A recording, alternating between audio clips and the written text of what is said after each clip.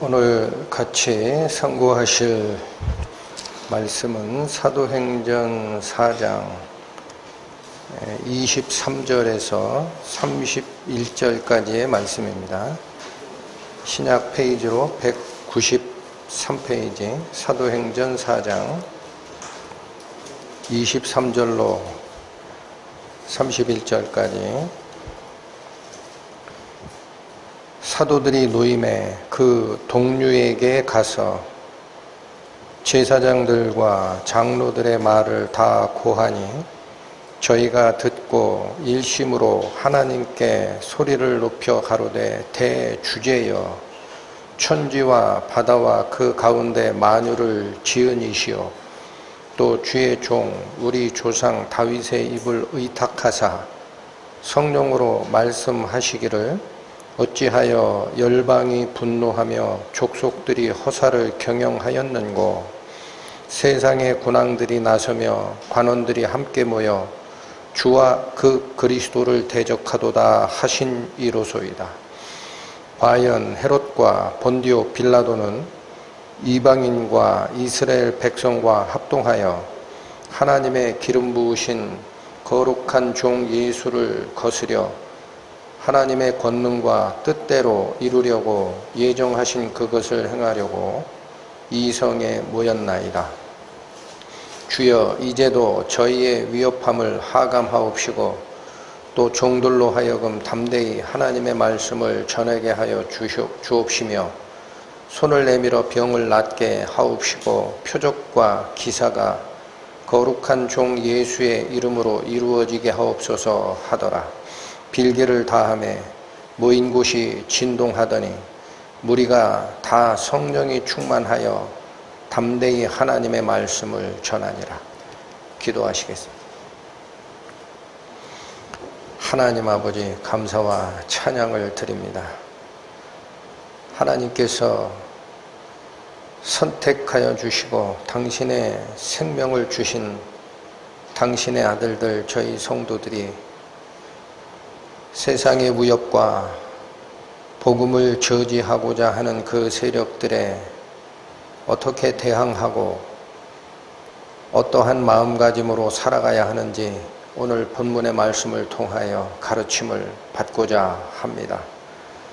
저희의 아둔한 마음을 열어서 하나님의 진리의 빛을 비춰주시고 깨닫는 그 말씀 한마디 한마디 저희 마음에 새기고 말씀을 좇아 살아가는 저희 될 수 있도록 인도하여 주옵소서. 예수님의 이름으로 기도 올립니다. 아멘.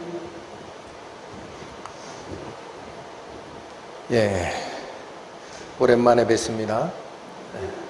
그나마 다행히 제한적이긴 하지만 비대면 예배가 허용이 되니까 한 달 만에 뵙는 것 같은데 되게 잘 지내셨습니까? 안 만나서 보고 싶었나요? 보기 싫은 사람 안 봐서 홀가분했나요? 자, 오늘 같이 상고하고 싶은 요 사도행전 4장은 신약교회가 시작이 되면서 두 번의 커다란 복음의 역사가 있었습니다. 한 번은 하루에 3,000명이 회개하고 돌아오는 복음의 역사가 있었고 또 한 번은 역시 또 한 번의 설교에 5,000명이 회개하고 돌아오는 이 아주 은혜로운 성령의 복음의 역사가 이루어진 사건이 있은 후에 복음을 전도하는 사람을 막고자 하는 세력과 또 복음을 전하려 하는 제자들의 행보가 아주 대비적으로 드러나 있는 내용이 사도행전 4장입니다. 그리고 저희가 오늘 본문으로 선택한 것은 그 후반부인데 여러분 그 오순절 성령이 오신 후에 이 은혜로운 복음의 역사, 두 번에 걸쳐 일어난 그 복음의 역사에는 특이하게도 복음을 이끌어내기 바로 전에 초자연적인 기적이 있었다라는 것이 특이합니다. 그러면 저희가 살필 것은 그 기적이 의미하는 바가 무엇이냐라는 거죠. 그래서 그 기적이 의미하는 바가 그냥 일어난 거라고 하면 귀신도 일으킬 수도 있어요. 그런 기적은. 여러분 이거 꼭 기억해야 됩니다. 방언이 분명히 성령에 의해서 이루어지는 역사일 수 있습니다. 고린도서에 그렇게 돼 있으니까. 그러나 인도에 있는 힌두교도나 다른 쪽에서도 비슷한 방언이 일어난다는 사실 기억해야 됩니다. 그러니까 우리는 어떤 기적적 사건, 초자연적 사건이 일어나면 그걸 무조건 성령의 사건이다라고 얘기할 게 아니고 약속된 대로 일어났느냐를 보셔야 되는 거예요. 약속된 대로 오시는 게 예수님이시니까 약속된 대로 발생된 초자연적 사건이라야 하나님께서 예정하신 대로 당신의 구원 역사를 이끌어 가신 흔적이다. 이게 보이는 거죠. 그래서 이게 제 기억에 지지난달에 이 부분에 대한 설교가 각각 나갔습니다만 두 번에 걸친 초자연적인 복음의 역사가 일어나기 전에 있었던 그 기적 사건의 의미를 다시 한번 되짚고 넘어가겠습니다. 사도 바울이 말씀하신 것처럼 내가 거듭 말하는 것이 나에게는 수고로움이 없고 너희에게는 안전하니라 라는 그 말씀처럼, 자, 여러분 첫 번째 복음의 역사, 3,000명이 구원받는 그 복음의 역사가 그 역사의 단초가 된 것이 무엇이었나요? 사도행전 2장에 있었던 오순절 성령 강림 후 언어가 하나로 통일되는 사건입니다. 그렇죠? 네. 그 성령이 오신 후에 오순절을 지키려 전 세계에 흩어져 있던 유대인들이 다 예루살렘에 모였을 때에 일어납니다. 그런데 그들이 살고 있는 지역이 전 세계 17개 나라에서 온 건데 베드로가 하는 설교를 자기가 살고 있는 나라의 언어로 통역이 없이 다 들어버린 거예요. 이게 있을 수 없는 일인 거예요. 그래서 우리는 이것을 초자연적인 역사라고 합니다. 그 기적이 있고 나서 베드로의 설교에 사람들의 마음이 열리고 3,000명이 구원을 받죠. 두 번째 사건은 나면서부터 안진뱅이 됐던 자가 있었습니다. 그래서 구약의 규례대로 하면은 이 나면서부터 안진뱅이 된 자는 성전에 못 들어갑니다. 구약의 규례가 그렇습니다.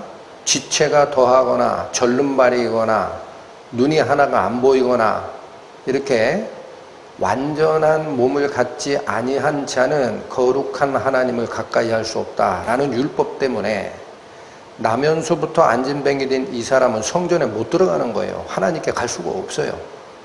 그래서 그런 나면서부터 안진뱅이 된 그 사람을 베드로와 요한이 보고 예수 그리스도의 이름으로 걸으라 라는 명령에 의해서 치료를 받습니다. 순식간에. 그리고 그 안진뱅이가 치료를 받은 후에는 집으로 간 게 아니고 베드로와 요한과 함께 걷고 뛰면서 성전 안으로 들어가며 하나님을 찬양하는 사건이 있었습니다. 그럼 이 두 가지 사건이 앞에 포진하고 있다라는 얘기가 뭘 의미하는지를 우리는 정확하게 아셔야 됩니다.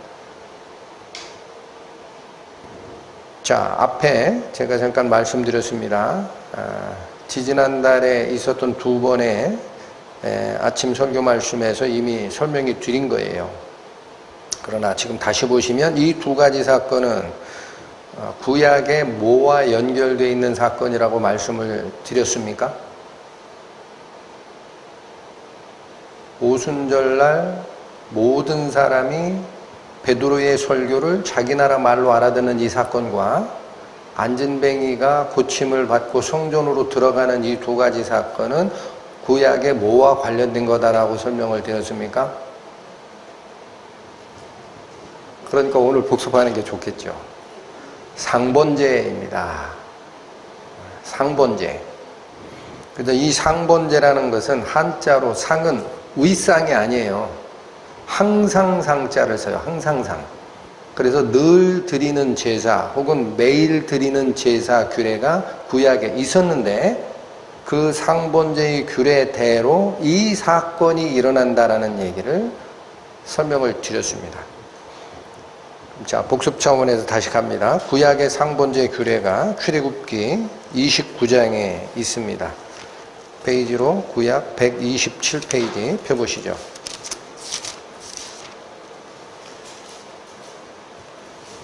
출애굽기 29장 38절 39절 네가 단 위에 드릴 것은 이러하니라.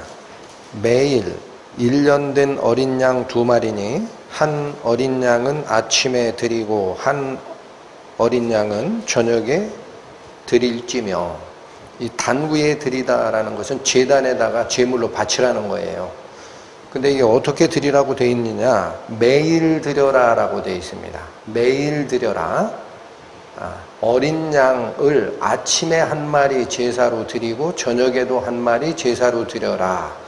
그래서 이 매일 드리는 이 제사 규례라 그래서 이것을 뭐라고 표현합니까? 매일 드리는 제사라고도 표현하고 항상 드린다 그래서 상번제라고도 합니다. 제사 방식은 번제로 드리게 되어 있습니다. 자, 지금 성경에는 아침에 한 번, 저녁에 한 번 제물로 드려라 라는 말밖에는 나와 있지 않기 때문에 그 아침에 드리는 제사와 저녁에 드리는 제사가 언제 이루어진 건지 구체적 시간대는 확인하지를 못하고 있어요. 근데 구약에 정통한 학자들이 연구를 한 결과는 여러분 생각해 보시죠. 하루에 24시간이죠.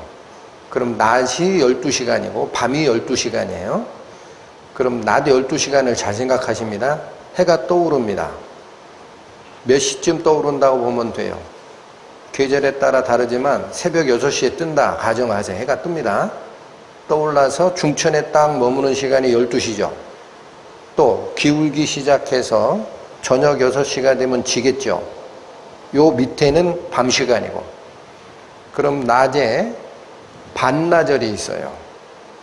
해가 떠서 12시가 되는 이 시간, 이 시간의 가운데 지점을 딱 집으면 몇 시입니까? 6시에서 12시 사이 3시간 단위 딱 자르면 9시입니다. 아침 9시. 그 다음에 정오 이후에 저녁에 해질 때까지 6시간이죠. 가운데를 딱 자르면 오후 3시가 됩니다. 그래서 아침 9시와 오후 3시, 다시 얘기합니다. 반나절, 앞쪽 반나절의 가운데와 뒤쪽 반나절의 가운데 지점에서 번제를 드렸을 것이다 라고 추정을 합니다. 그런데 이 번제가 아침에 하나 저녁에 하나 드리라, 어린 양을 드리라 라는 이 번제가 굉장히 귀찮아요. 그렇죠? 왜냐하면 제사장은 매일 뭘 해야 돼요? 백정 노릇을 해야 되니까. 여러분, 속죄제는 어떻게 잡는지 설명을 여러 번 드렸습니다. 속죄제는 누가 잡는 거예요? 속죄제는 죄인이 잡는 거예요.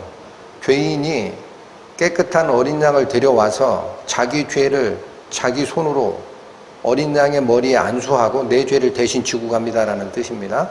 그리고 목을 따서 죽이는 작업을 죄인 스스로 해야 합니다. 그리고 피를 가지고 제사만 드립니다. 제사장은. 그런데 이 번제는 속죄제가 아니에요. 매일 성전에 드려야 되니까 죄인이 잡는 게 아니라 누가 잡아요? 제사장이 다 잡아야 돼요. 그러니까 이거는 아침에 한 번, 저녁에 한 번, 그것도 쉬는 날 없이 매일 드리면은 제사장이 아니라 뭐가 돼요? 백정이죠. 피비린내 나는. 그걸 왜 성경에서 얘기하셨을까? 하나님이 배고프셔서 어린 양 고기를 잡숫거나 피를 마시고자 했던 거냐? 그게 아니죠. 다행히 바로 이 상번제, 매일매일 드리는 제사의 의미가 방금 읽으신 출애굽기 29장 42절에 분명하게 드러납니다. 42절 봅니다. 이는 너희가 대대로 여호와 앞 회막 문에서 늘 드릴 번제라. 여러분, 여기 대대로 드려라 라는 표현은 끊지 말라는 거예요. 너희 때도 드리고 너희 아들 때도 드리고 손자 때도 드리고 20대 30대 너희 대수가 끊어지기 전까지는 계속 드려라. 폐하는 게 아니다. 하나님의 회막문 앞에서 드리는 늘 드리는 번제라. 그래서 이걸 한자로 바꾸면 상번제입니다. 늘 드리는 번제라. 이어지기를 내가 거기서 너희와 만나고 네게 말하리라. 여러분, 상번제를 명하시고 의미를 설명해 주십니다. 고기 먹으려고 그거 드리라는 거 아니라는 거예요. 하나님이. 뭐 때문에 그걸 드리라? 내가 거기서 너와 만나고 너와 얘기하리라. 이 말씀은 상번제를 드리지 않는 자는 하나님을 만날 수 없다라는 겁니다. 상번제를 드리지 않는 자는 하나님과 대화할 수도 없다라는 거예요. 내가 나에게 오기 전에는 반드시 그 번제 어린 양을 가지고 와야 나와 만나지고 나와 얘기하게 된다라는 겁니다. 그게 상번제의 의미입니다. 문제는 어린 양이 뭐예요? 구약에는 진짜 양이었습니다. 짐승 양입니다. 그러나 신약시대의 이 어린 양은 누가 어린 양입니까? 하나님의 어린 양 예수 그리스도십니다. 그러면 예수께서 이 상번제와 무슨 관계가 있는지를 먼저 확인해야 되겠죠? 여러분, 상번제, 어린 양이 죽어야 됩니다. 죽여서 불태워 드리는 제사가 번제니까. 그러면 하나님의 어린 양 예수 그리스도가 죽었잖아요. 언제 죽었어요? 어느 시간에? 쫓아갑니다. 마가복음 15장. 신약 83페이지 펴보십니다. 마가복음 15장 25절. 때가 제3시가 되어 십자가에 못 박으니라. 여러분, 예수님이 십자가에 못 박힌 시간이 여기 나옵니다. 몇 시에 못 박았다라고 되어 있습니까? 3시.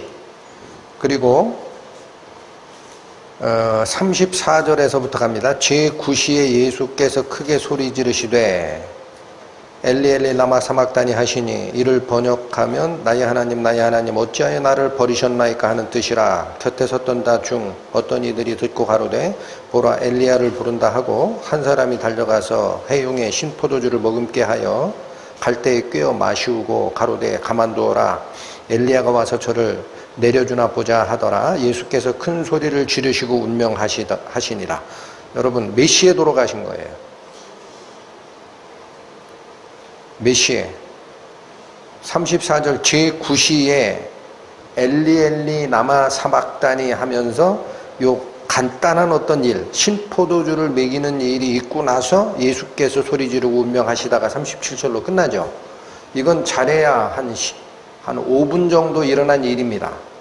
34에서 37절까지의 그 일이. 그러니까 예수님이 돌아간 시간이 정확하게 나오는 거예요. 언제 돌아가셨어요? 제9시. 그러면 여기 잘 보십시오. 여기 다시 한번 우리 현재 살고 있는 시간대로는 아침 6시에 새벽에 해가 뜹니다. 그리고 한낮이 12시고 다시 1시부터 시작해서 저녁 6시에 끝나지만 이스라엘의 시간대는 어떻게 되느냐면 해가 뜨면 1시가 시작이 돼요.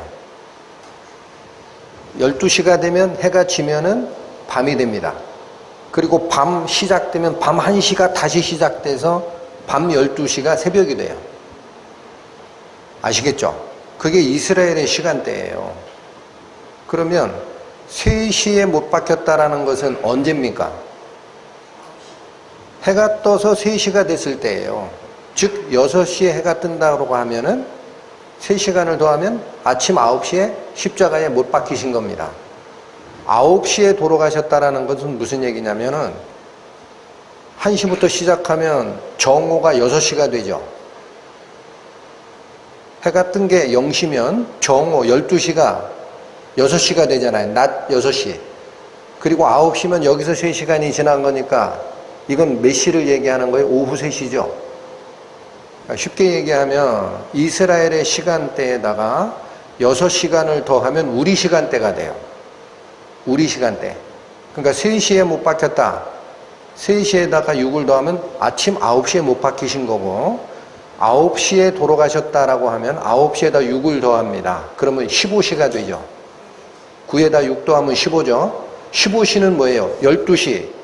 1시가 13시잖아. 13, 14, 15, 오후 3시야. 이거 지지난 달에 나간 설교인데 기억하고 계세요? 아니, 기억 못해요. 그런 설교가 나갔습니까? 이렇게 생각이 되죠. 그래서 복습하는 거예요. 자, 무슨 말씀이냐? 어린 양으로 돌아가시는 하나님의 어린 양 예수께서 구약의 아침 번제 시간에 십자가에 못 박히시는 거예요. 그리고 구약의 저녁 번제 시간에 십자가에서 운명하시는 거예요. 그러면 어린 양이 죽는 그 둘, 아침 번제와 저녁 번제, 한마디로 오전 번제와 오후 번제예요. 이 번제 잡아라라고 하는 그 시간에 누가 돌아가신 겁니까? 예수님이 돌아가시는 거예요. 그래서 여러분, 성경은요, 하나님의 일을 사람이 이해를 못합니다. 도저히. 그러니까 하나님은 뭐냐? 우리 인간들에게 설득하는 게 아니에요. 사건으로 보여주시는 거예요. 지구상에 일어난 사건으로 보여주는 거예요. 사인이 있다라는 거예요. 사인. 구약에 그렇게 얘기했던 오전 9시, 오후 3시에 각각 양, 어린 양 한 마리를 잡아라 한 그 구약의 규례가 만들어진 다음에 1500년이 지나서 오신 예수님께서 당신이 3시에, 그러니까 제가 이제 이스라엘 시간대하고 헷갈리니까 우리 시간으로 할게요. 아침 9시에 십자가에 달리시고 언제 돌아가셨어요? 오후 3시에. 하나님의 어린 양이 언제 죽은 거예요? 하나님이 구약에 약속했던 제사 시간에 죽는 거예요.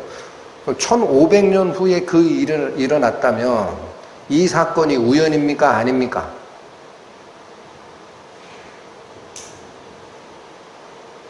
여러분, 창세기 기록의 의미를 다시 보세요. 제 기억에 4일째인가 되는데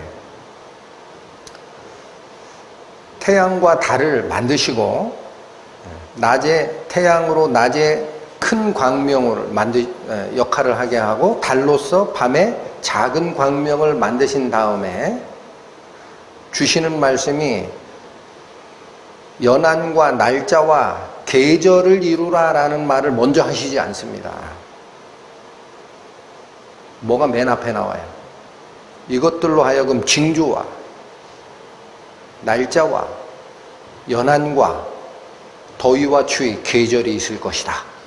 하나님이 지구를 둘러싸고 있는 모든 달과 별과 태양의 운행 주기로 하나님이 뜻하시는 건 뭘 먼저 주시겠다? 징조예요. 징조.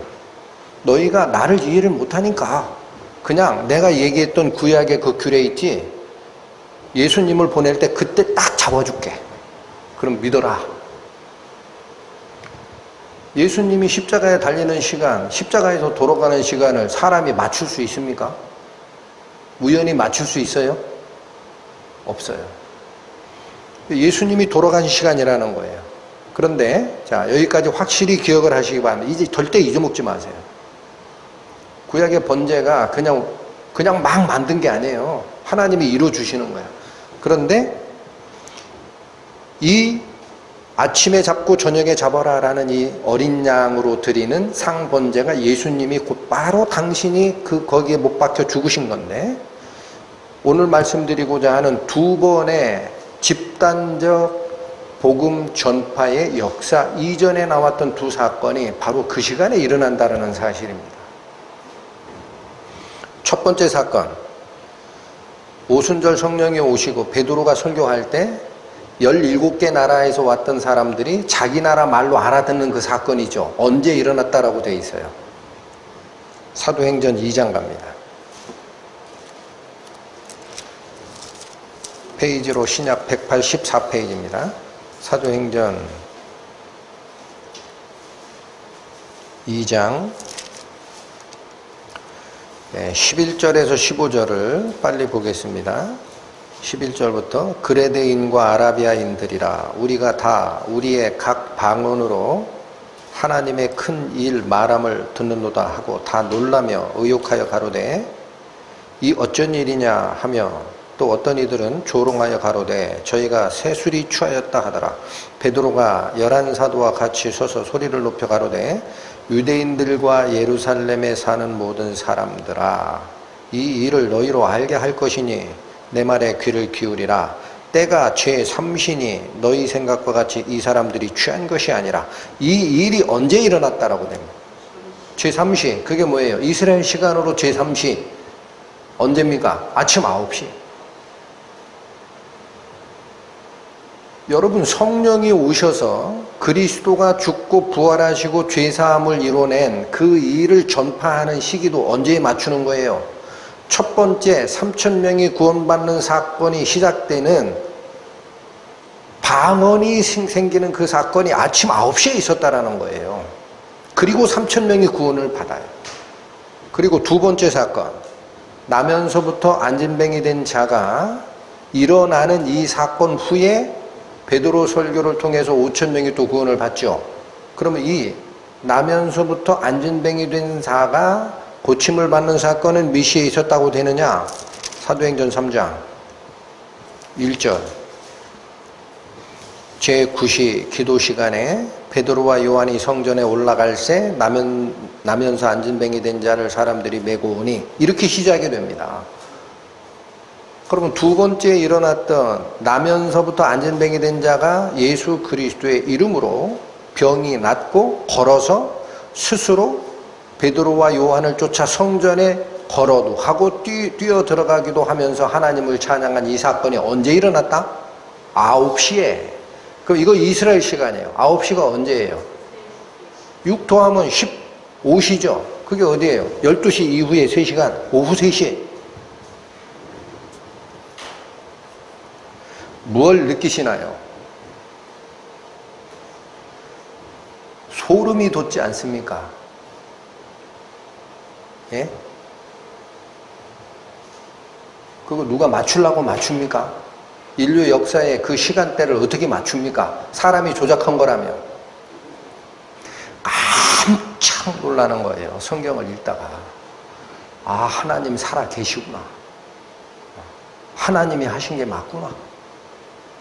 상번제 시간에 왜 예수님이 돌아가시며 예수님의 돌아가심과 부활의 의미를 전하는 성령 오신 이후에 복음의 역사 두 번의 큰 사건이 빠방 하고 언제 일어난다? 돌아가신 십자가에 못 박히신 아침 상번제 시간과 저녁 상번제 시간에 하나님이 역사를 끌어가신 거예요. 봐라. 모르겠거든. 징조를 봐라.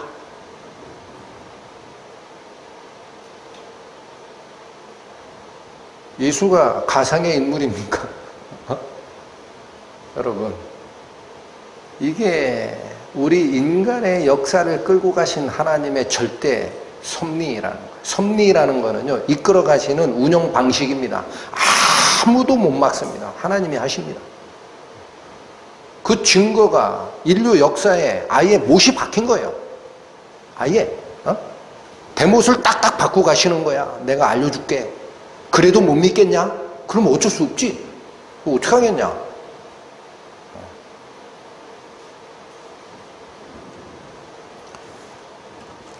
여러분, 그래서 이미 성경에서는요, 구약의 제사규례는 짐승이 죽었지만 앞으로는 내가 어린 양을, 내 아들을 어린 양 제물로 만들어서 바칠 거야 라는 이 약조가 지금도 예수 그리스도께서 십자가에 이루어내신 그 당신의 복음 사역을 모르는 사람들이 지금도 구약에 있는 제사규례를 쫓아가는 거예요. 음식 가려야 된다. 안식일 지켜야 된다. 초막절, 무슨 오순절, 수장절 지켜야 된다. 라고 얘기하는 겁니다. 이건 이미 구약의 그림자예요. 예표야. 뭐가 완성이 된 거예요? 예수님이 완성하신 거예요. 그걸 모르니까 아직도 이걸 쫓아가요. 안식일을 쫓아가고. 응? 음식 규례를 쫓아가고, 여러분 골로새서 가보십니다. 신약성경 2장, 신약 326페이지, 골로새서 2장 16절.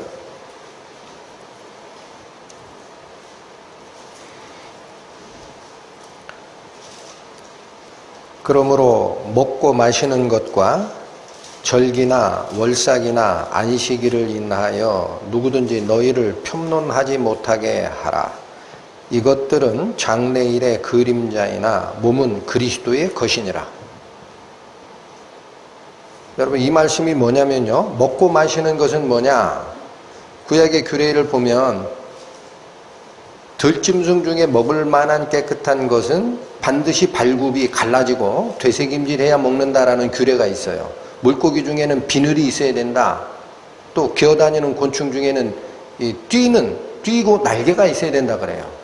이런 규례들이 먹고 마시는 거예요. 그거 이외에는 유대인들은 안 먹어요. 율법의 규례를 지키느라. 그리고 먹고 마시는 것과 절기나 월삭, 절기가 뭡니까? 오순절, 초막절, 수장절 이런 거죠. 이런 절기, 7개 절기, 이스라엘의 7개 절기 지키는 거, 또 안식일, 이런 규례들을 신약에서는 지킬 필요가 없는 거예요. 완성이 된 게 있으니까 왜 그림자 쫓아갑니까? 그런데 사도 바울이 얘기하는 거는 그런 거는 구약의 규례니까 우리를 속박할 수 없다라고 얘기를 하니까 어떤 사람들이 뭐라고 얘기한 겁니까? 이 무식한 놈들아, 구약의 성경에 있는데 너희는 왜 안 지켜? 라고 뭐라고 얘기한 거예요? 평론했다라는 게 비판의 말을 했다라는 거예요. 비난했다라는 거예요. 안 지킨다고. 구약의 규례가 있는데 왜 안 지켜? 라고 비난한 거예요. 그렇게 하지 못하게 하라라는 거예요. 이유가 뭡니까? 17절. 이것들은 장래일의 뭐예요? 그림자예요. 몸은 그리스도의 것이니라라는 뜻이 무슨 얘기입니까? 본체는 그리스도라는 거예요. 공동번역 성경으로 바꾸면 이것들은 장래일의 그림자이나라는 것은 이런 것들은 장차 올 것을 상징하는 것이고 라는 거예요. 몸은 그리스도의 것이니라라는 뜻은 그 본체는 그리스도입니다라는 거예요. 그럼 구약의 그 많은 제사규례, 안식일이 뭔지, 무엇이 깨끗하고 무엇이 더러운 먹거리인지 이런 내용들은 무엇을 가리키고 있는 그림자였어요? 예수님. 예수님이 그걸 다 완성하러 오신다라는 거예요. 그런데 예수님이 오셨는데, 몸통이 왔는데 그림자 붙들고 있으면 그게 말이 됩니까? 여러분, 자, 상본제의 의미, 여러분 앞에서 제가 말씀을 전하지만은 그럴듯하다 하고 그냥 속지 마시고 한 번 더 들어갑니다. 상본제가 아까 제가 찾은 구약의 출애굽기 29장 42절에 대대로 끊지 마라 라고 하면서 의미를 뭐라고 설명해 주셨느냐면, 내가 거기서 너희와 만나고 네게 말하리라 라고 의미를 설명해 주셨습니다. 상본제는 그걸 위해서 만나는 제사들이라는 거야. 너희가 나를 만나러 올 때, 여기 잘 보십시오. 상본제를 매일 드리라라는 의미가 이거라는 거예요. 너희가 사람이 하나님 나를 만나러 올 때 죄인인 상태이니까 직접 오면 죽는다라는 거예요. 나를 만나려면 뭐를 해결하고 와야 된다? 죄 문제. 그러니까 아침에 상본제로 어린 양을 대신 잡으라라는 얘기는 너 대신 죽을 죄물, 너희의 죄값을 치르는 해결책을 가지고 와야 내가 너를 저주하지 않게 되니까 나를 만나게 돼. 또 내가 너와 얘기하리라라는 건 뭐예요? 하나님 곁에서 같이 사는 거예요. 교제. 죄인은 하나님과 교제를 못합니다. 그러니까 그런 의미에서도 어린 양 상본제가 필요하다라는 건데, 다시 기억하세요. 상본제의 의미가 뭐라고 그러죠? 내가 거기서 너희와 만나고, 여러분 한번 따라 하십시오. 내가 거기서 너희와 만나고 네게 말하리라. 이게 상본제의 의미예요. 그런데 잘 보십시오. 첫 번째, 방언이 터지고 17개 언어가 다른 지역에서 왔던 사람들이 자기 나라 말로 말을 들을 때에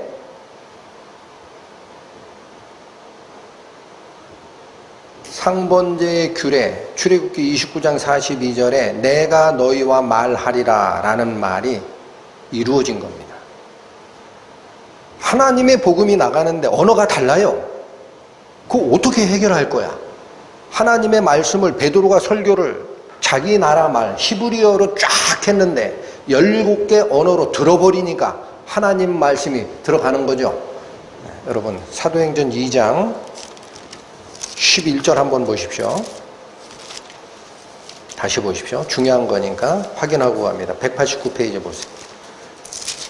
사도행전 2장 11절.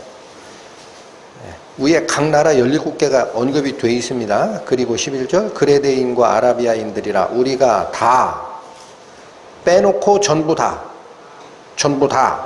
우리의 각 방언으로, 이 말은 우리나라 말로, 우리 각 지역의 언어로 뭐를 듣는도다? 하나님의 큰 일을 말함을 듣는도다. 하나님이 내가 너희와 말하리라 이루어주는 거예요. 네? 내가 너희와 말하리라. 성령의 능력으로 하나님께서 이루어지신 역사를 말하리라. 들어라. 또 두 번째, 나면서부터 안전뱅이 된 자가 예수 그리스도의 이름으로 걸으라라는 말씀에 의해서 치유를 받고 어디로 들어갔다, 집에 갔다 그랬어요? 걷기도 하고 뛰기도 하면서 베드로와 요한과 함께 성전으로 들어가고 하나님을 찬양하니라. 그럼 이게 무슨 뜻입니까? 여러분, 나면서부터 안진뱅이 됐다라는 것은 구약의 규례로 얘기하면 나면서부터 하나님이 계신 곳에는 들어갈 수 없는 자라는 거예요. 죄가 있기 때문에. 구약이 얘기하는 것은 예표적으로 보여주는 거예요. 지체가 하나 저한 자나 육손이 있죠. 언챙이나 말 잘못하는 자나 눈에 꺼풀이 낀 자, 우리로 얘기하면 지금 백내장 낀 자, 다리 저는 자, 신체 하나가 없는 자들은 하나님을 가까이 할 수 없다라는 규례가 있습니다. 그러니까 나면서부터 안진뱅이 된 이 자는 성전에 들어가 본 적이 없는 자예요. 하나님께 갈 수가 없어요. 죄인이에요. 그 사람 얘기하는 게 아니에요. 누구 얘기하는 거예요? 우리예요. 나면서부터 죄 때문에 하나님께 가까이 할 수 없는 자, 그 자가 예수 그리스도의 이름으로 걸으라 라는 말씀에 의해서 다리가 치유받고 아름다운 미문, 뷰티풀 게이트 안으로 들어갔어. 하나님의 정원에 들어가서 하나님을 찬양하는 이 사건이 뭡니까? 내가 너와 만나리라. 언제 일어났다고요? 아침 상번제 시간에, 오후 상번제 시간에, 예수님이 십자가에 달리신 시간에, 예수님이 돌아가신 시간에 상번제를 얘기했던 대로 내가 거기서 너희와 만나고 내가 너에게 말하리라 해줬잖아요. 만나는 기적. 나면서부터 안전뱅이 되고 죄인인 우리가 하나님 성전 문을 들어갈 수 없었는데 은혜로, 그리스도의 피의 은혜로 이제는 하나님 뜰에 내가 들어갈 수 있게 됐구나. 만나주는 역사. 내가 너희와 말하리라. 17개 각각의 나라 언어로 알아들을 수 있는 그들이 베드로의 설교를 다 자기 나라 말로 듣게 되는 거. 내가 너희와 말하리라. 얼마나 더 알려줘야 됩니까? 얼마나 더. 그런 역사가 일어나면은 사람들은 어떻게 하느냐면, 이게 종교성에 빠지면 오순절날 베드로의 설교에서 방언이 터졌기 때문에 지금도 방언하지 아니하면 성령의 온전한 체험을 못한다라고 얘기하는 은사체험주의자들이 있는 거예요. 여러분 잘 생각하십시오. 17개 나라의 말로 알아듣게 한 거는 그것 자체, 방언을 해내는 그것 자체가 성령의 은사의 핵심이면 지금도 방언해야죠. 성령이 역사를 하는 게 그치지 않으셨다면. 근데 이거는 예표라는 거예요. 하나님이 상번제의 의미를 너희에게 알려주려고. 그리고 나서 결과적으로 이 사건이 어디로 끌고 갑니까? 우리를. 그래서 베드로 입에서 예수가 왜 죽고 너희가 잡아 죽인 예수가 누구고 왜 살아났는지, 그러니까 너희들은 찔림이 있으면은 형제여 그러면 우리가 어찌하리요, 너희가 각각 회개하고 예수 그리스도의 이름으로 세례를 받으라, 그리하면 죄사함을 얻고 하나님께서 약속하신 성령을 너희에게 줄 것이다 라는 복음의 역사가 3,000명이 구원받는 게 알맹이에요. 알맹이. 이걸 얘기하려고 방언의 역사가 터진 거예요. 또 나면서부터 안전뱅이 된 자가 일어나는 기적인 문제가 아니라 그건 사인입니다. 야, 사인 준다, 잘 봐. 내가 너와 만나리라 하는 역사 지금 보여줄 거야. 그럼 만나면 안전뱅이가 지금도 일어나야 되는 게 아니라 어디로 와라, 5,000명이. 예수님께서 한 이 역사를 이해를 하고 너희 마음을 열고 복음을 믿고 받아들이면 5,000명이 구원받는, 여기가 알맹이라고요. 응? 오순절 은사주의가 가지는 문제가 그런 거라는 거예요. 왜 자꾸 사인 보는 거예요? 왜 자꾸? 응? 어딜 봐야 되는데? 몸통 봐야죠. 몸통. 예수님이 무슨 일을 하셨는지 복음이 전해지는 거지. 오순절, 초대교회 오순절 날 일어났던 17개 나라의 말로 알아듣는 그런 성령의 역사는요, 기독교 역사를 아무리 뒤져도, 교회사를 아무리 뒤져도 그 이후에는 한 번도 일어나지 않습니다. 안 일어나요. 샬라샬라 방언만 나오지. 그게 뭐예요? 사인이 지나갔다니까. 상본제 의미 설명했잖아. 내가 너희와 말하리라. 하나님의 직권적 능력으로 다 알아듣게. 하나님의 큰 일 말함을 듣는도다. 그렇죠? 복음이 핵심이라는 거예요. 여기서 우리는 기억해야 될 게 있습니다.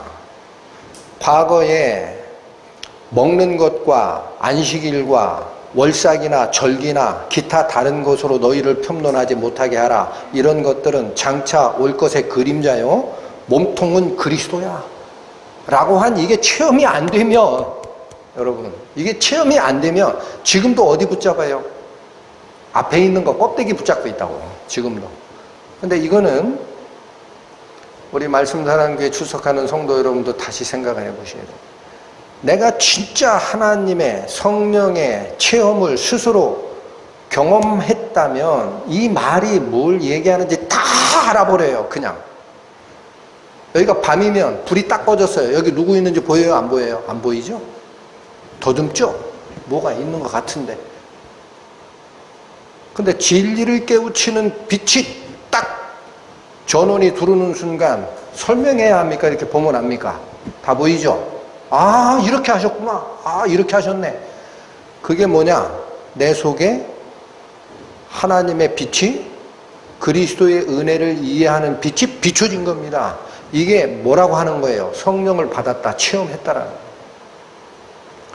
여러분, 배움이 짧아서 하나님의 은혜를 모르는 게 아닙니다. 히브리어, 헬라어 몰라서 모르는 게 아니에요. 일자 무식쟁이도 알아요. 뭘 알면, 성령이 오시면. 전원만 딱 켜지면은요, 하나님께서 하신 일이 뭘 얘기하는 건지, 내가 딱 눈을 감았던 장님이 눈을 떴다라는 거예요. 이걸 모르면 같이 여기서 말씀을 듣고 성경을 상고하고 해도 수박 겉을 핥는 겁니다. 먹어본 사람 얘기를 듣고 나서, 야, 기가 막히대. 지금 같은 무더위에 이 수박 안을 먹으면은 있잖아, 갈증이 싹 해소가 되고 달기가 시원하고 시원하고 갈증 다 끝낸다. 그 얘기 듣고 어떻게 해요? 상상 속에서 수박 겉을 혀로 핥고 있는 거라고. 경험은 못했어. 뭘 얘기하는지 몰라. 설명은 들어. 그런 안타까움이 없기를 바랍니다. 여러분, 때가 굉장히 임박한 것 같아요. 세상이 임박했다라는 생각하지 마세요. 그럼 또 자꾸 따지게 돼. 이게 말세야 아니야? 아직 한참 갈 것 같은데. 그러지 마시고, 세상의 끝은 어디가 끝일까요? 그 전에 내 인생 죽는 날이 끝입니다. 내가 남아있는 인생 5년 살 것 같다, 10년 살 것 같다, 10년 후에가 말세예요, 나에겐. 성경이 얘기하는 게 그거예요. 눈이 침침해지고 맷돌이 다 이가 빠지고 다리가 후들거리고 귀는 못 듣고 할 해가 가깝기 전에 너희 청년의 때에 너희를 창조한 하나님을 꼭 기억하라. 정신 말짱할 때 못 알아듣고 병 걸리고 그런 거 많죠. 이 말씀이 아무리 선포가 돼도 못 알아듣는 때가 있어요. 병 걸리고 하면 하나님이 나에게 똑바른 정신과 똑바른 마음을 주셨을 때 하나님을 찾아야 됩니다. 예수라는 사람이 도대체 무슨 사람인지를 내가 알아야 돼요. 머리가 아니라 무엇으로? 마음으로. 여러분 오늘 본문으로 오십니다. 그래서 이 두 가지 사건이 일어난 후에 다시 정리하면 이런 얘기예요. 구약에서 하나님께서 예언했던 상번제가 신약의 하나님의 어린 양 예수 그리스도에 의해서 이루어지고 뿐만 아니라 이게 뭔지를 모르던 우매무식한 우리 인간을 깨우치시려고 부활하신 예수님과 바톤 터치해서 오신 성령께서 바로 그 상번제 시간에 두 번의 어마어마한 복음의 역사를 따당 북을 울리시고 구원받는 역사가 일어나니까 누가 반발한 겁니까? 막아야 되겠다라는 거예요. 저거 얘기 못하게 막아야 되겠다. 복음을 막고자 하는 자와 이 복음을 계속 전해야 된다라는 예수 그리스도의 제자들 간의 대치 상황과 그들이 걸어가는 길이 지금 나오고 있다는 거예요. 오늘 본문에. 복음을 막고자 하는 사람들 어떤 행보를 갖는지 쫓아갑니다. 사도행전 4장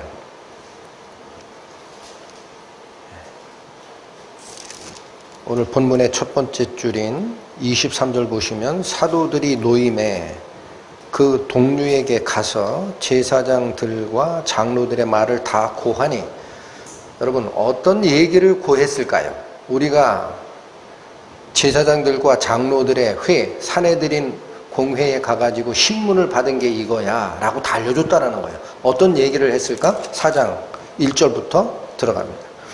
사도들이 백성에게 말할 때에 제사장들과 성전 맡은 자와 사두개인들이 이르러 백성을 가르침과 예수를 들어 죽은 자 가운데서 부활하는 도 전함을 싫어하여 저희를 잡음에 날이 이미 저문 거로 이튿날까지 가두었습니다.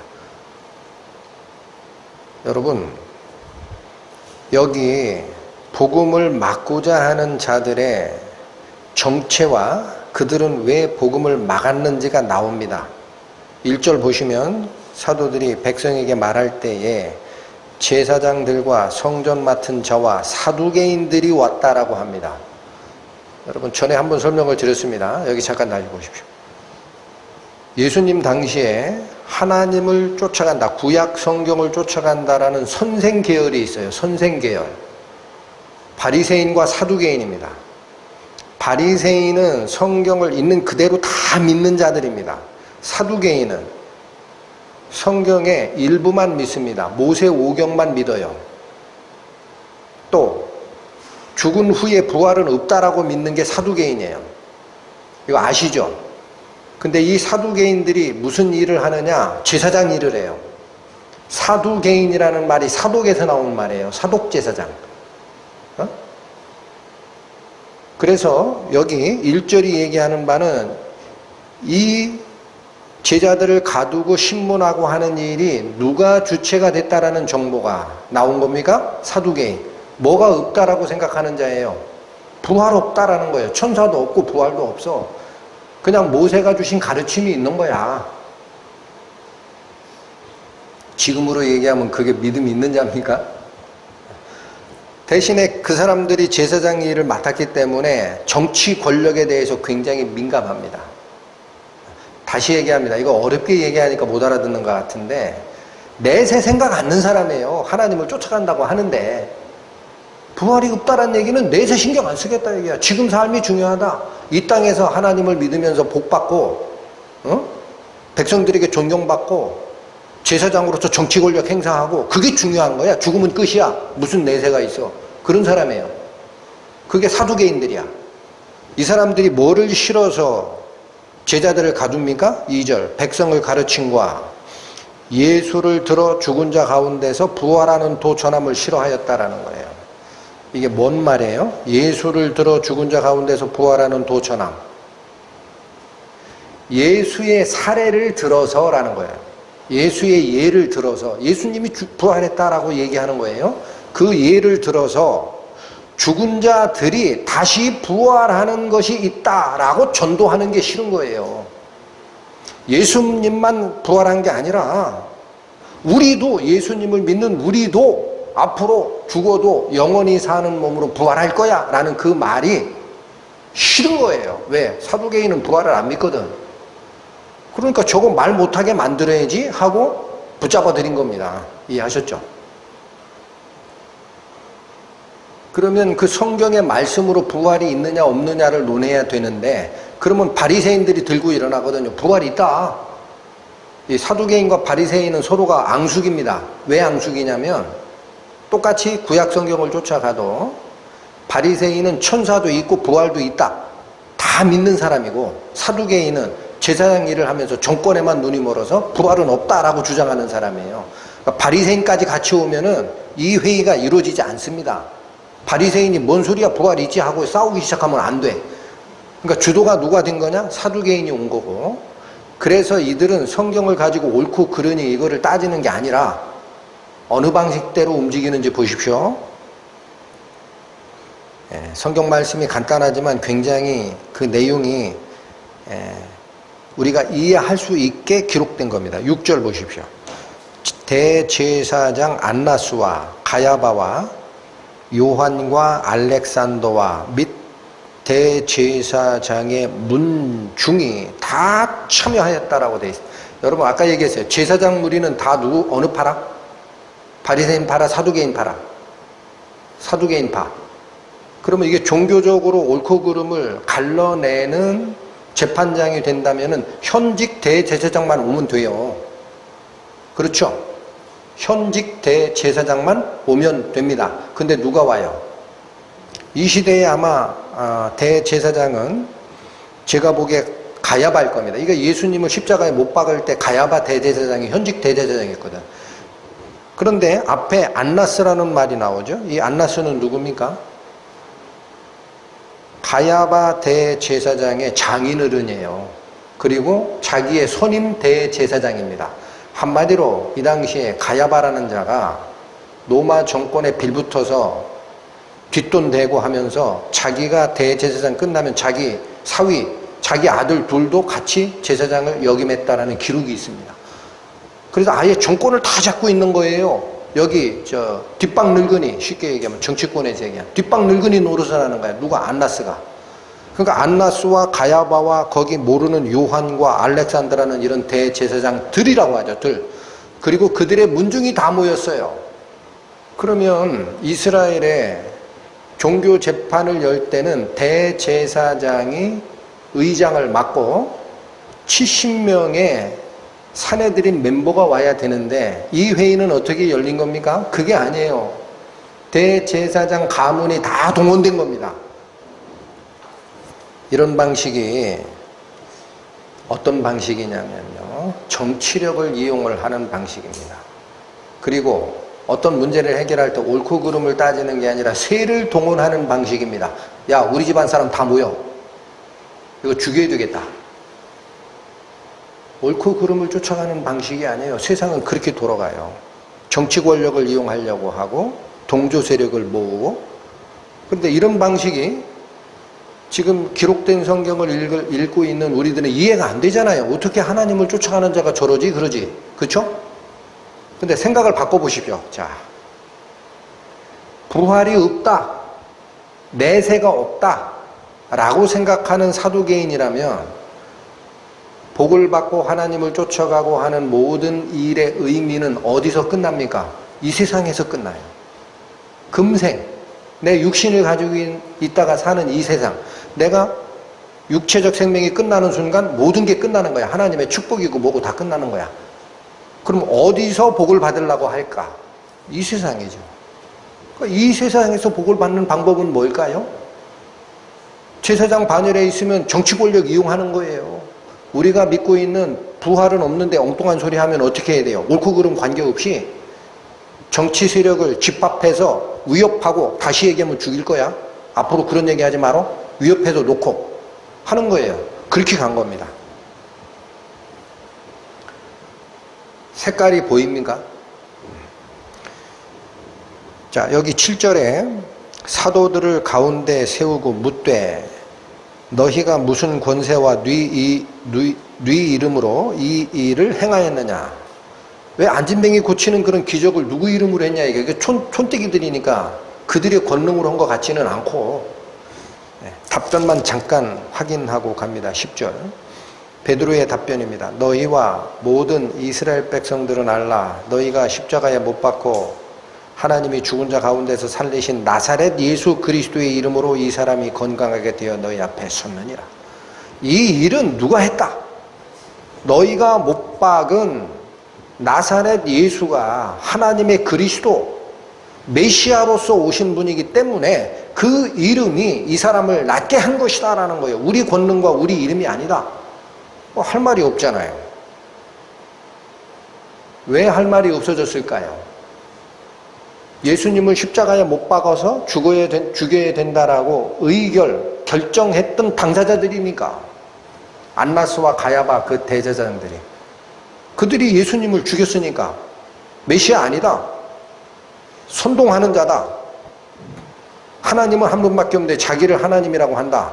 신성 모독자다 해서 죽였잖아요.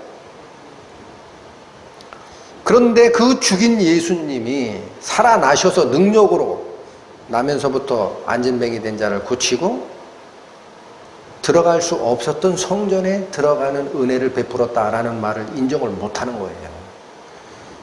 14절, 18절 갑니다. 또 병 나은 사람이 그들과 함께 섰는 것을 보고 힐난할 말이 없는지라. 이 힐난하다라는 것은요, 비난할 말이에요. 잘못했다라고 비난할 근거가 없게 됐다. 진짜 나은 사람이 옆에 서 있는 거 보니까 15절 명하여 공회에서 나가라 하고 서로 의논하여 가로되 이 사람들을 어떻게 할꼬? 저희로 인하여 유명한 표적 나타난 것이 예루살렘에 사는 모든 사람에게 알려졌으니 우리도 부인할 수 없는지라. 자, 부활을 인정하지 않는 사도계인 파들이라 하더라도 뭐 하나는 어쩔 수 없어요. 나면서부터 안진뱅이 된 자가 고침을 받은 사건이 예루살렘에 있는 사람들이 다 알아버린 거예요. 그러니까 이 사건은 우리는 부인할 수 없지 않냐. 그럼 어떻게 할까? 여러분 여기 다시 보세요. 부활이 없다라고, 그리고 예수님은 하나님의 아들이 아니라고 확신을 해서 죽여버린 자들이 예수님이 부활하여 이런 기적을 일으킨다고 하면은 성경을 제대로 믿고 쫓아가는 자라면 반응이 어떻게 나와야 됩니까? 우리가 잘못 생각했다. 야, 그분이 하나님의 아들일 수도 있구나. 돌아가야죠. 그런데 이들은 부활을 안 믿어요. 사두개인들은. 그러니까 뭐 이 세상에 있는 것만 다 해요. 죽으면 끝이야. 그러니까 어떻게 되냐면 자기 마음을 되돌리는 회개가 일어나지를 않고 어떻게 하느냐면 위협하여 놓습니다. 17절 이것이 민간에 더 퍼지지 못하게 저희를 위협하여 이후에는 이 이름으로 아무 사람에게도 말하지 말게 하자. 성경의 진리로 돌아갔습니까? 자기의 정치 권력을 수호하고 얘네들 말 못하게 하자라고 개인 사람의 의견으로 돌아갔습니까? 보이죠? 위협해서 놓자 이거야. 말 못하게 하자.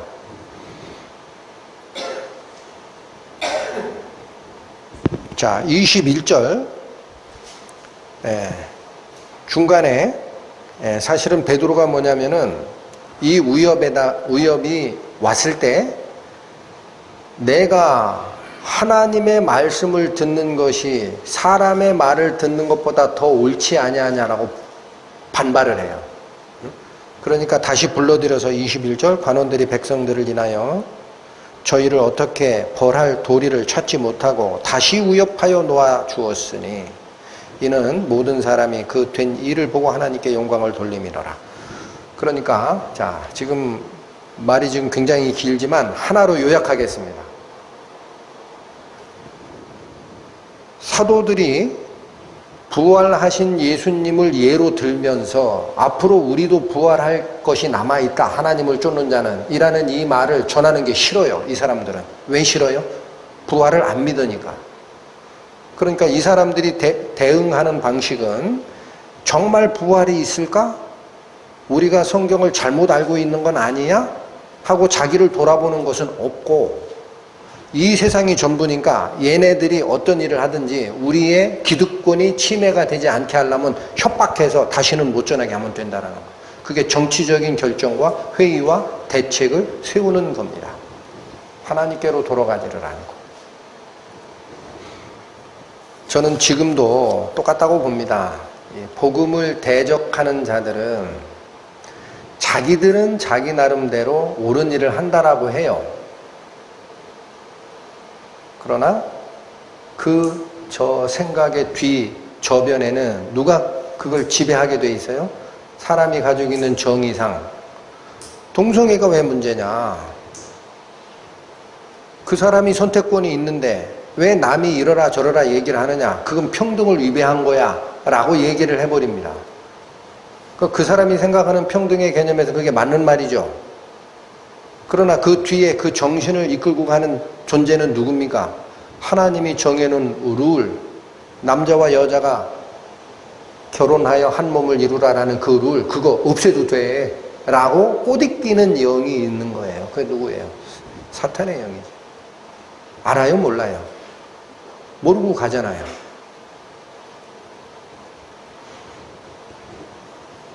사도들의 반응을 봅니다.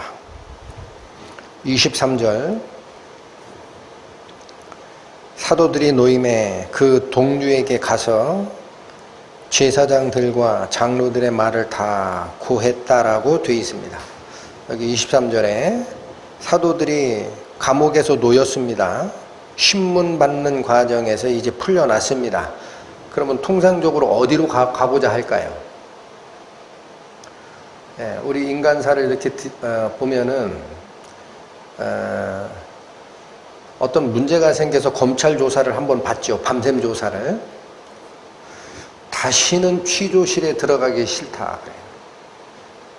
인간적인 모독을 느껴서 다시는 검찰 취조실에 들어가기 싫다. 취조가 끝나면 어디를 가고 싶다 그래요? 내 집에 가고 싶다. 거기 가면 위로가 있고 나를 보듬어 줄 사람들이 있잖아요, 가족이. 그러니까 이런 취조 과정에서 인격적 모독을 당한 사람들은 재벌 총수라도 자살하잖아요. 그렇죠? 그러면 간단하게 나와 있는 이 구절이지만 밤새 감옥에 갇혔다가 그 다음날 대제사장들이 모아놓은 그 회의에서 협박받고 했던 이들이 풀려나면은 집으로 가야 맞는데 어디로 갔다고 그래요? 동류들에게 갔다. 여기 동류라는 것은 헬라어의 원래 뜻은 그들의 소유라는 뜻입니다. 좀 의외죠. 그들의 소유. 그러니까 이 소유가 물건이 되면 소유된 소유물이 되고 사람이 되면 뭐라고 번역이 되느냐? 자기 사람들이라고 번역이 됩니다. 자기 사람들에게 갔다라는 거예요. 자, 이 똑같은 말씀이 기록된 게 예수님께서 하신 말씀에 있습니다. 요한복음 13장 잠깐 갔다 오시면 170페이지.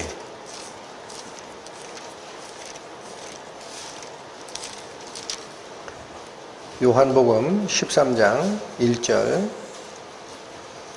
유월절 전에 예수께서 자기가 세상을 떠나 아버지께로 돌아가실 때가 이른 줄 아시고 세상에 있는 자기 사람들을 사랑하시되 끝까지 사랑하시니라.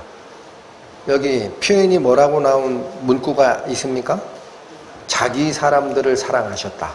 이 자기 사람들이라는 그 번역된 그 단어가 오늘 본문에 동류라고 번역된 단어와 헬라어가 같은 단어입니다. 그러니까 이제 의미가 통했을 거예요. 23절 말씀은, 사도행전 4장 23절 말씀은 그렇게 협박을 받고 고초를 받고 위협을 받고 나서 스트레스가 만땅이었을 그 사도들이 놓이고 나서 어디를 쫓아갔다? 자기에 속한 사람들을 쫓아갔다라는 거예요. 가족이 아닙니다. 누구를 쫓아간 거예요? 마가의 다락방에 모여있는 그 사람들, 제자들. 그들에게 간 거예요. 그리고 우리가 이러이러한 협박을 받았다라는 말을 설명을 해준 겁니다. 전체를. 그러면 여기서도 저는 보는 게 있습니다. 육체를 가지고 살아있는 때에는 가족이 있습니다.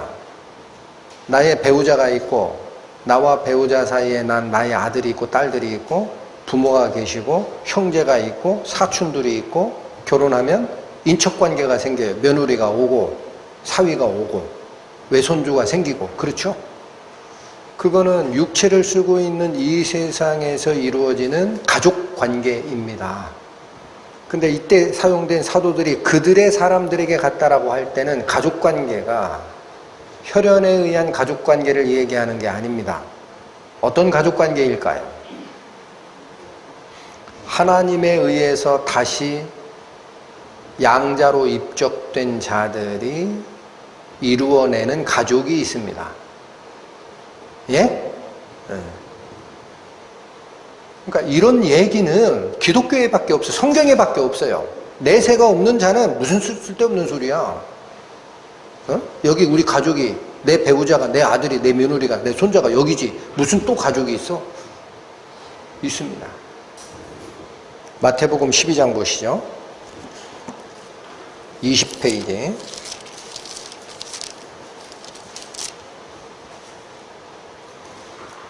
마태복음 12장 46절부터 보겠습니다.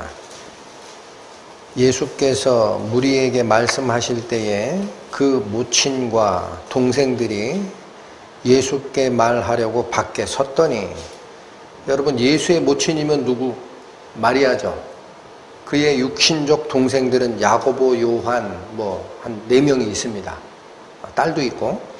그들이 예수께 말하려고 밖에 섰더니 47절, 한 사람이 예수께 여짜오되 보소서 당신의 모친과 동생들이 당신께 말하려고 밖에 섰나이다 하니, 48절, 말하던 사람에게 대답하여 가라사대 누가 내 모친이며 내 동생들이냐 하시고, 49절, 손을 내밀어 제자들을 가리켜 가라사대 나의 모친과 나의 동생들을 보라. 예수님이 답변이 어떻게 나갑니까? 네? 육체적으로는 예수님을 낳으신 자기의 어머니가 있어요. 마리아가. 그리고 그 어머니 마리아와 아버지 요셉 사이에서 낳았던 자기 밑에 동생들이 있죠. 그런데 예수님은 뭐라고 하느냐면 누가 내 어머니고 내 동생들이냐. 희한한 말씀을 주시고 나서 뭐라고 하냐. 제자들을 향하여 뭐냐. 여기 내 모친이 있고 여기 내 동생들이 있고 이게 내 가족이야. 네? 50절, 누구든지 하늘에 계신 내 아버지의 뜻대로 하는 자가 내 형제요 자매요 모친이니라 하시더라. 여러분 하늘에 계신 아버지의 뜻대로 행하는 자가 누구를 얘기를 합니까? 뭐를 얘기하는 거예요? 요한복음에 답이 나오지요. 내 아버지의 뜻은 아들을 보고 믿는 자마다 영생을 얻는 이것이니 내가 마지막에 그들을 다시 살리리라. 아버지의 뜻이 뭐라고요? 아버지, 하나님 아버지의 아들 예수 그리스도를 보고 믿는 자가 생명을 얻으면 육체가 끝난 뒤에도 다시 부활시킬 그들이 곧 여기 있는 말씀대로 하면은 나의 모친이요 동생이요 가족이라는 거예요. 여러분 이거 마음속에 가지고 계십니까? 저희가 지금 한 달 만에 비대면 예배 조치에서 제한적이지만 대면 예배 조치로 바뀐 다음에 정말 그리운 얼굴들 모처럼 뵙는데 우리 가족 보는 것보다 제가 훨씬 마음이 더 좋습니다. 육체적 가족보다. 육체적 가족은 한두 번 보면은 죄송한 말씀인데 애틋한 마음 별로 없어요. 잘 있나 보면 끝이야. 건강하죠? 애들은 잘 크고 잘 사세요? 근데 우리 형제자매님들은 어때요? 만나서 하나님 말씀으로 교제하면 헤어질 때 아쉽고 못 보면 저분들 어떻게 살까? 말씀의 기도와 말씀으로 붙어 있으실까? 걱정이 되고 만나보면 반갑고. 왜 그럴까요? 피가 엮어주는 가족 관계가 아니라는 거예요. 이거는 피가 엮어준 가족 관계가 아니야. 뭐가 엮어주신 가족 관계예요? 성령께서 이 마음에 빛을 주셨듯이 다른 형제 자매에게 같이 빛을 주시니까 그 성령의 음성들이 서로 메아리를 치면서 생각과 행동과 사랑과 뜻을 합쳐놨기 때문에 마음의 가족인 거예요. 자, 여러분 아주 쉽게 말씀드리면 하늘에 있는 이 가족 관계에 자기가 가족으로 등재가 안 된 분은 하늘나라 못 갑니다. 그런 거예요. 그게 곧 성령으로 거듭나는 자예요. 하늘로부터 다시 나라. 그렇지 않으면 하나님 나라를 볼 수도 없다. 여기만 이 말씀이 있는 게 아니죠. 에베소서 2장 보십니다. 신약 312페이지.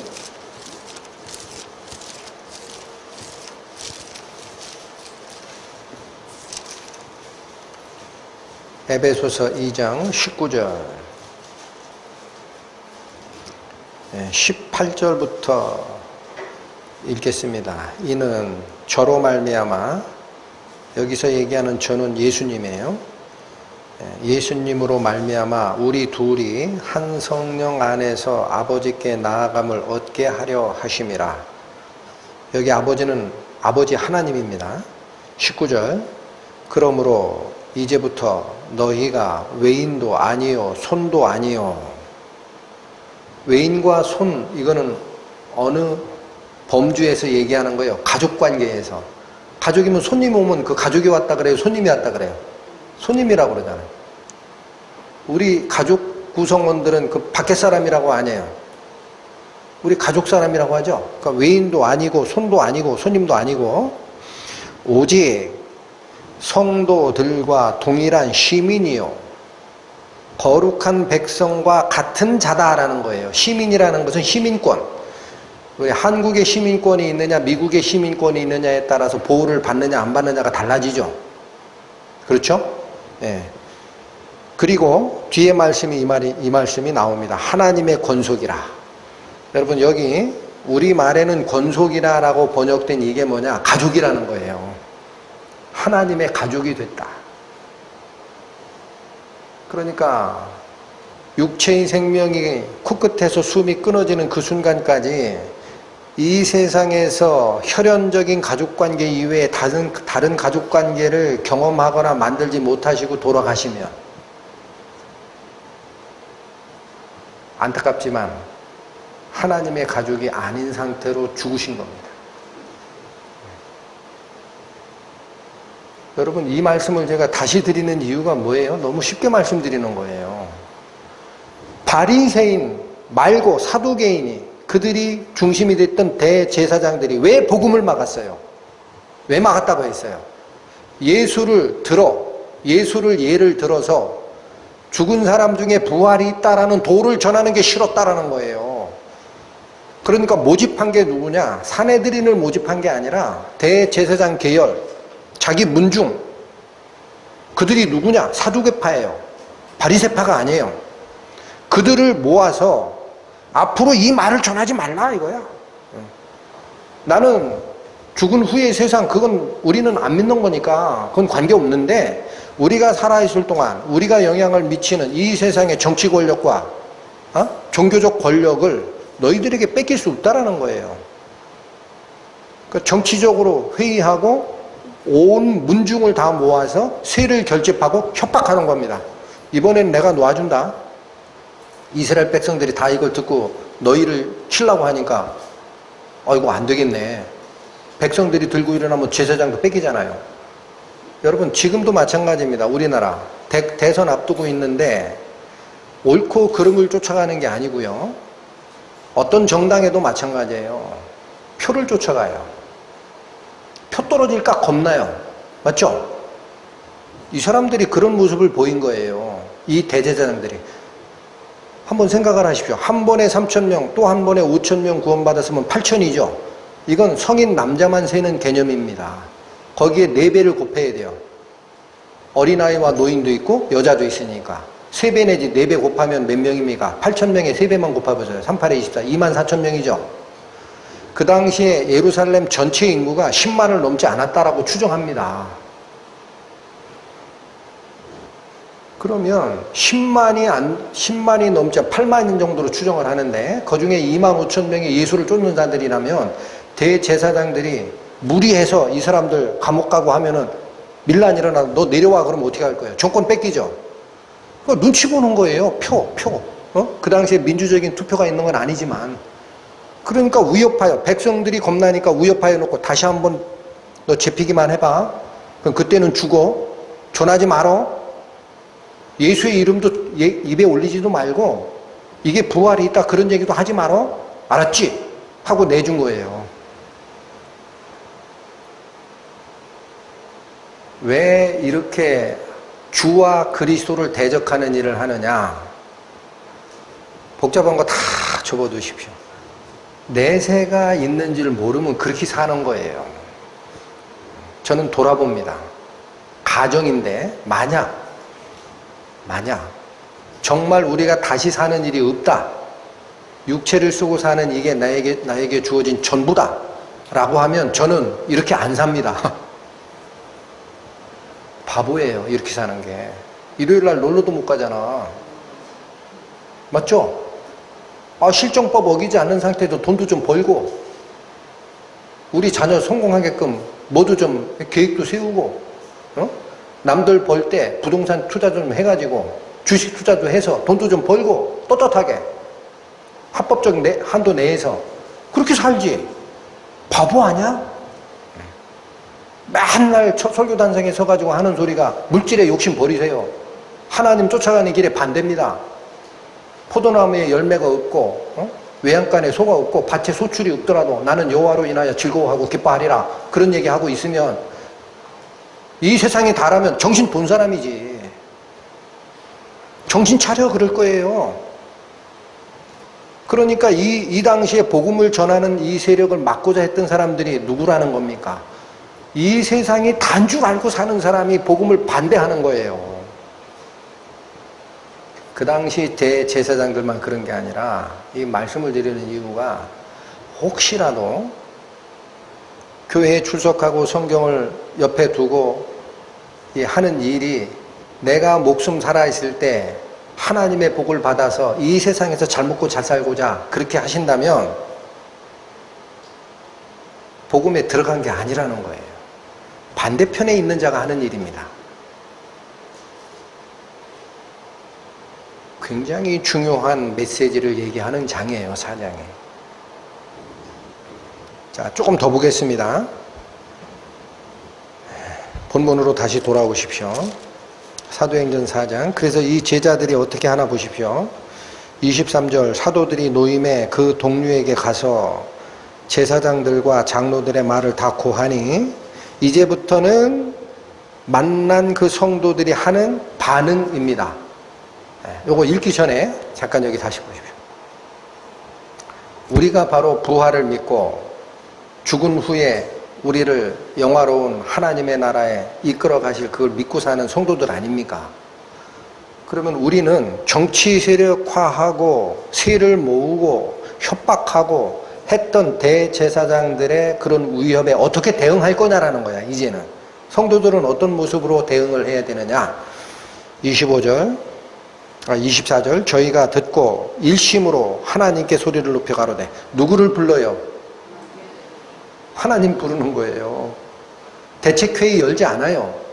야, 우리가 한 번 3천, 한 번에 5천 합치면 남자만 8천인데 대제사장 저것들 무기 들고 세력화 시켜서 쫓아가자. 우리도 정치적으로 한번 대응하자. 그렇게 나옵니까? 안 하는 겁니다. 하나님을 부르짖습니다. 대주제여 천지와 바다와 그 가운데 만유를 지으시니요. 이렇게 기도를 시작을 합니다. 근데 여기서 대주제여라는 이 단어는 원래적 뜻은 절대적 주권자시여라는 뜻입니다. 상대적 주권자가 아닙니다. 오직 주권을 행사하는 오직 한 분이시여라는 뜻이에요. 근데 이 의미가 두 가지로 나타납니다. 대주제여라는 이 말은 첫 번째 의미는 천지와 바다와 그 가운데 만유를 지으신 이다라는 거예요. 창조주라는 거예요. 창조주 하나님만이 절대 주권자입니다.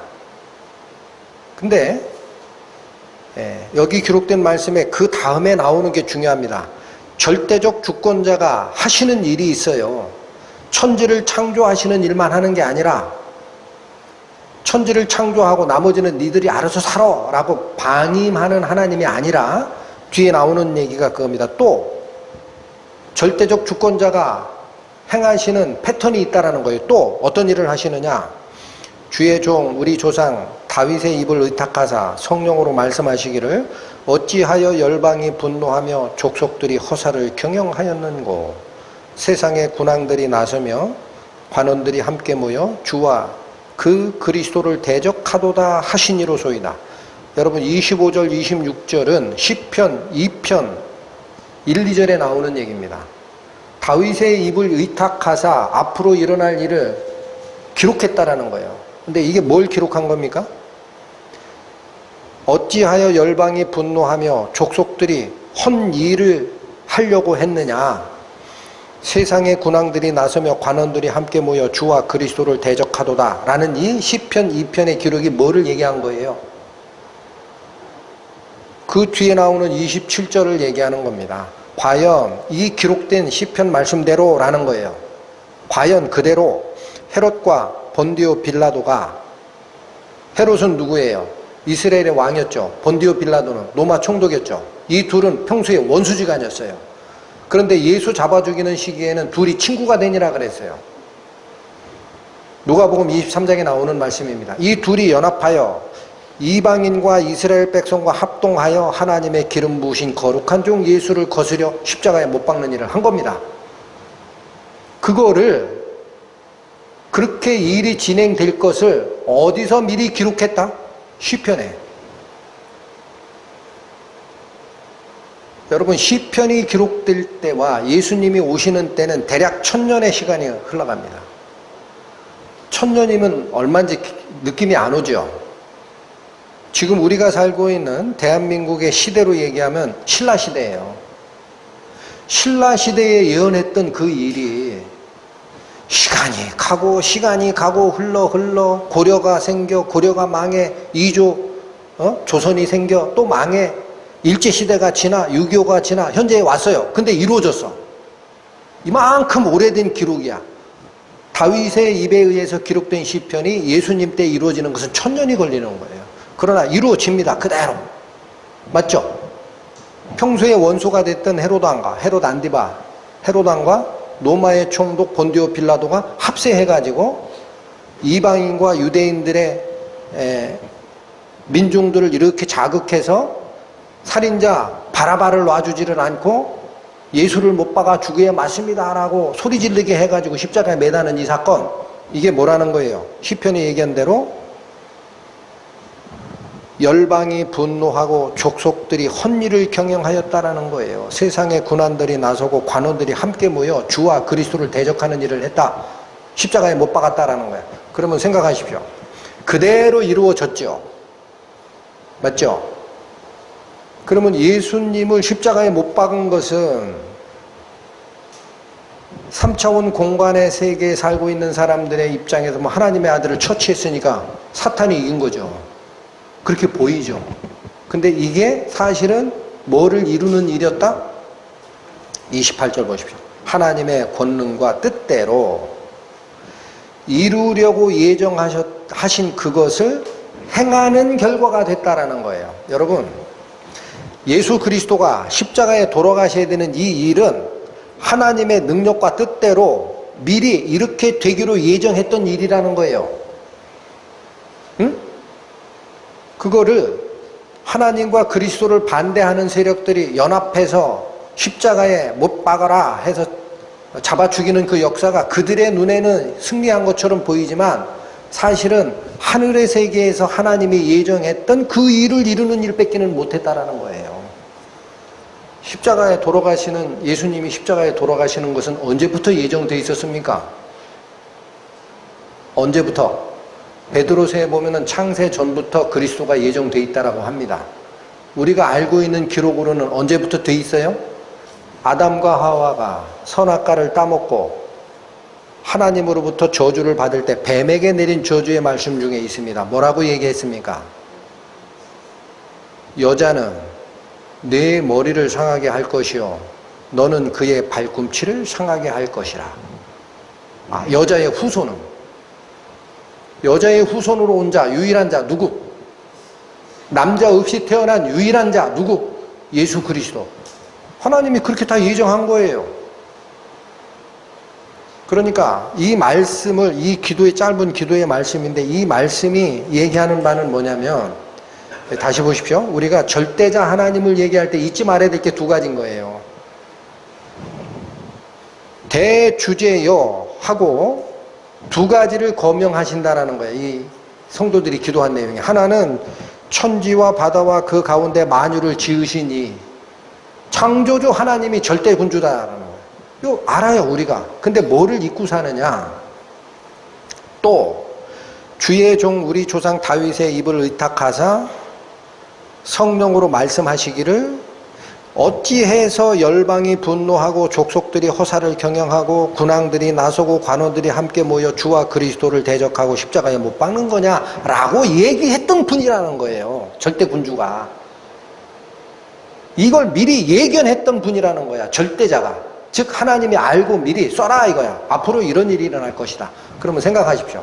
절대 주권자가 하시는 의미가 뭡니까? 세상을 만들고 내팽개쳐 줍니까? 니들 맘대로 살아라? 세상을 만들기도 하시고 인간사를 통해서 하나님의 영광을 드러내는 일을 미리 예정하셔서 반대로 예수를 잡아 죽이는 일이 하나님의 뜻을 성취하는 일이 되게 하시는 거예요. 그러니까 지금 예수님의 복음을 전하는 이들을 대적하는 대제사장들의 위협과 무리가 하나님의 뜻을 뒤엎을 수 있다 없다? 있다 없다? 없다. 이어지기를 29절 주여 이제도 저희의 위협함을 하감하시옵시고. 지금도 똑같이 예수님의 그 복음을 전하는 우리를 위협하고 합니다. 예수 죽였던 그 대제사장들 무리가 지금도 그렇게 하니 그 위협을 하감하시옵시고, 그 다음에 기도가 어떻게 나가야 되느냐? 그들 내려오게 하세요. 아니면 저거 일찍 죽게 하세요. 네? 천벌을 받게 하세요. 그렇게 기도가 안 나갑니다. 그 위협을 하감하시옵시고 또 종들로 하여금 담대히 하나님의 말씀을 전하게 하여 주옵소서. 뭐만 바래요? 하나님이 우리에게 맡긴 예수 그리스도의 복음 전하는 일 이상 없이 우리가 하게 해 주십시오. 그들의 위협이 살기 등등 하나 우리가 거기에 굴복하지 않고 우리 목숨이 잘리더라도 뭐를 전하게 해달라? 복음을 전하게 해달라. 31절 빌기를 다함에 모인 곳이 진동하더니 무리가 다 성령이 충만하여 담대히 하나님의 말씀을 전하니라. 여러분 여기서 빌기를이라는 이 단어 있죠. 이건 일반적인 기도와는 다른 단어입니다. 일반적인 기도는 하나님과의 대화라고 합니다. 근데 여기서 사용된 이 빌기를이라는 이 단어의 원래 뜻은 부족한 것을 구하다라는 뜻입니다. 부족한 것을 채워달라고 하다. 그러면 여러분 시간이 갔어도 우리가 하나님께 구해야 되는 게 뭔지가 나오는 거예요. 그들이 구한 것은 내가 뭐가 부족합니다. 이 세상 살면서 돈이 부족해요.